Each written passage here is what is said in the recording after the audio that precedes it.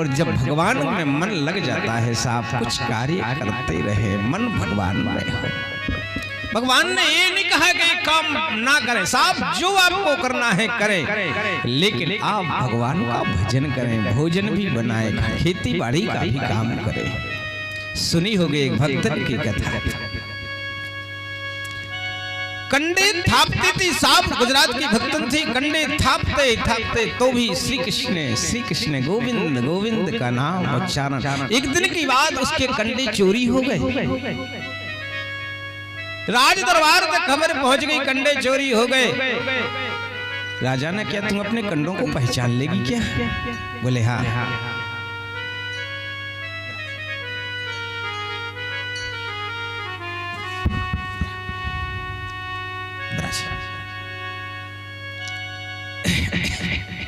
तुम अपने कंडों को पहचान लेगी महाराज, मेरे कंडे हैं, जिस कंडे से आवाज आए कृष्ण कृष्ण, उस राधे उस कंडे मेरे हैं।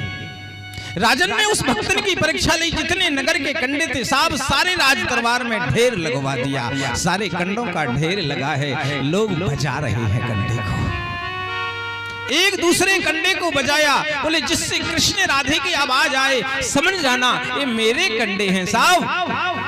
करोड़ों सैकड़ों हजारों में उसके कंडे अलग छप गए साहब। ये नहीं कहते हैं भगवान कामना करें, कंडे भी थापें, लेकिन भगवान का भजन करें, भोजन करें जो आपको अच्छा लगे। सब देखिए, भोजन में भोग क्यों लगाया जाता है, इसका अर्थ समझिए आप। भोग इसलिए लगाया जाता है कि फिर आपका भोजन नहीं रहता है साहब, वो प्रसादी बन जाती है। आपने अपने थाली के सामने एक अर्घा लगाया, गड़ो घंटी नहीं है तो कम से कम उंगली से लोटा बजा दीजिए, गिलास बजा दीजिए, थाली को बजा दीजिए साहब। उस अर्घे के अंदर का जो भोजन होगा पर भोजन नहीं होगा साहब, वो प्रसाद होगा, और प्रसाद जो पाता है उसकी बुद्धि सात्विक प्रवृत्ति में प्रदान होती है, क्योंकि हर अन्न के एक एक कण में दोष होता है। कितनी दवाइयां डालते हैं आप लोग, आप किसान हैं, यदि ये दोष लगता होता, पाप लगता होता साहब, तो कल से दवाइयां बंद हो जाती। ये दोष, दवाई डालने का दोष किसान को नहीं लगता, गरुड़ पुराण में लिखा है। किसान को कोई दोष नहीं, लेकिन उसका दोष उसके वृक्ष पर जो पौधा होता है साहब, उस पौधे पर आता है। पौधे के बाद में जो उस पर कनूका लगता है साहब, उस कनू के बाल में उसका दोष प्रवेश हो जाता है। सारा दोष उस पाप, उस अन्न के दाने पर। पहले बुजुर्ग लोग होते थे साहब, सबसे पहले खेत काटा जाता था, कोई संत कोई ब्राह्मण गांव का मंदिर हो, उसमें से 1 किलो 2 किलो 5 किलो जितनी जिसकी श्रद्धा होती थी साहब, उसमें से दान निकाल करके रख दिया जाता था। बोले क्यों? बोले दूषित अन्न है। और पहले अन्न का भोजन यदि भगवान के समक्ष दान में चला जाएगा साहब, तो आपका अन्न वह गेहूं पवित्रता को प्रदान हो जाएगा। इसलिए पहला हिस्सा निकाल करके रखा जाता था।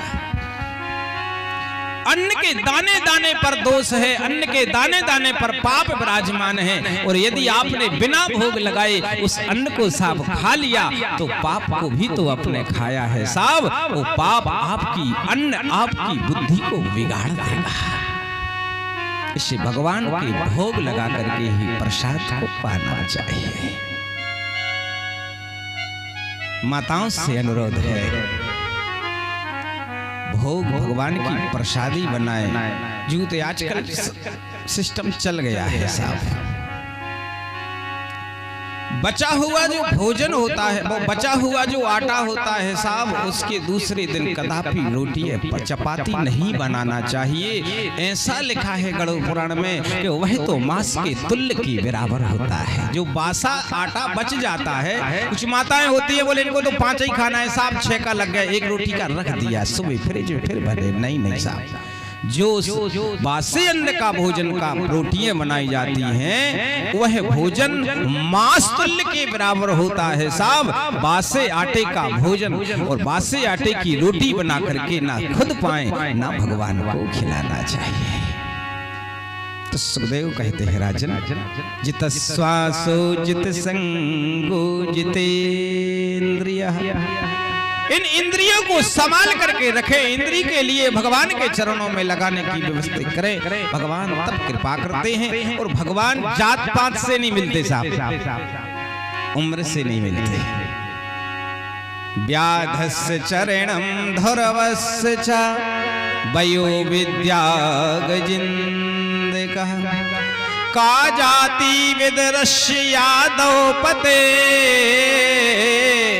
रुरुग्यम किम पौरुषम कुब्जया किम तत्रूपमधिकम तत्सुदा मनोधनः भक्त्या तुष्यति केवलम माधवम प्रिय माधवः।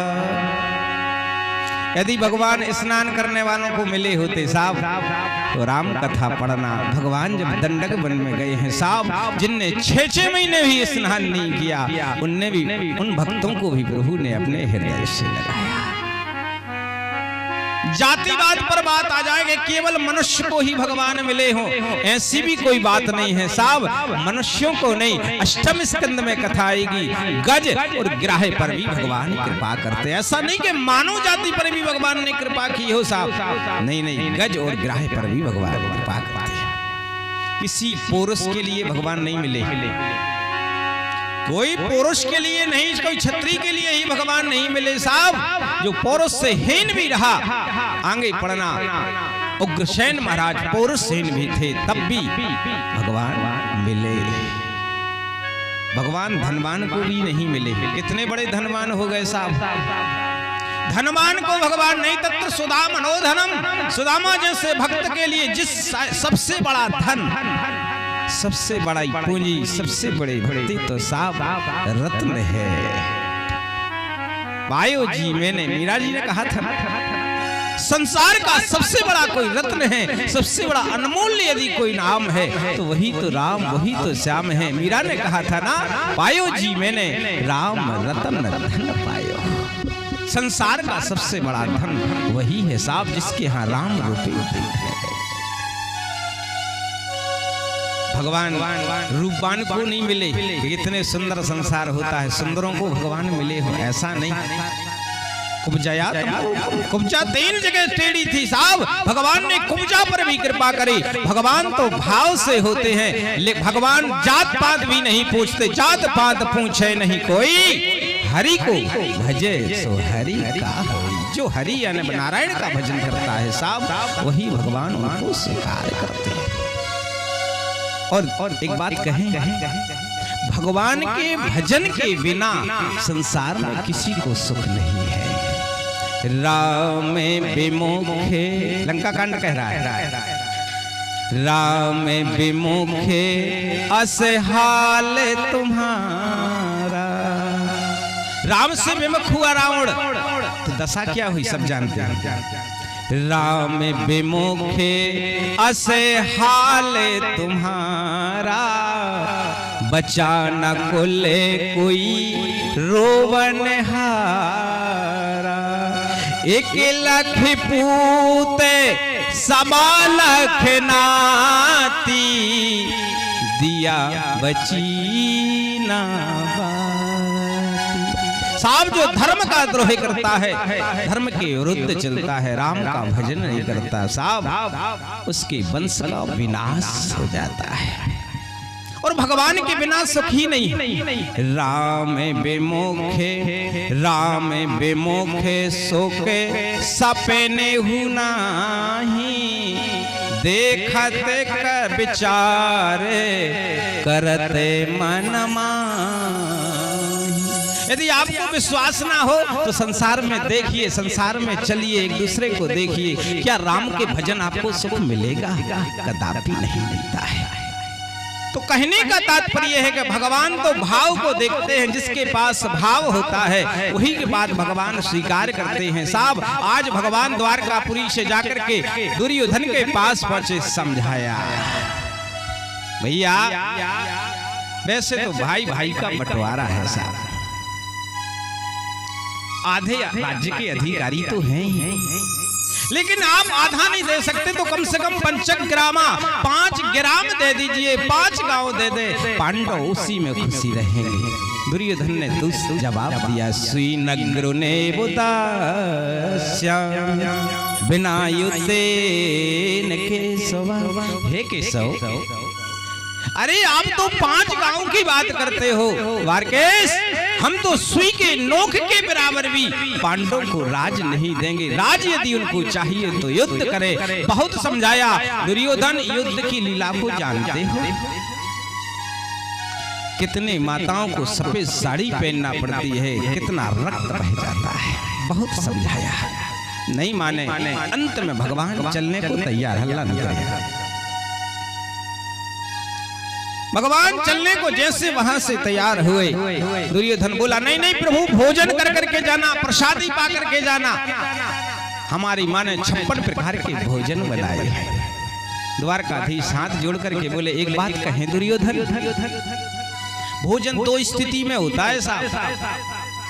एक तो भोजन करने वाले का मन प्रसन्न हो, मुझे पंडित जी के भोजन कराना है, और पंडित जी के मन में भूख हो के जो भी राम रस, जो भी भाजी रोटी हो, जजमान की स्वीकार है साहब। दोनों स्थितियों में तीसरे में कोई भोजन नहीं होता। अब हम क्या करें, हमारे पेट में भूख नहीं, तुम्हारे मन की इच्छा नहीं है। और रास्ते से आ रहे थे तो विदुर काका मिल गए, और विदुर ने मुझे न्योता दे दिया। उसी सभा में रूप बदल करके विरुद्ध बैठे थे। देखिए, विदुर तो थे लेकिन राज्यसभा से पहले निकाल दिया था। और जहां धर्म होता है साफ, वही तो पूर्ण रहता है। विदुर धर्म के स्वरूप थे। विदुर ने सोचा, द्वारकेश है ना, कब चलिया, कब ठाकुर जी दरवाजे पर पहुंच जाए। विदुर तो बाजार को माखन मिश्री के लिए खरीदने के लिए गए। इतने में कन्हैया जाकर के विदुरानी के दरवाजे पर पहुंच गए। दरवाजा खटखटाने लगे, चाची दरवाजा खोलो।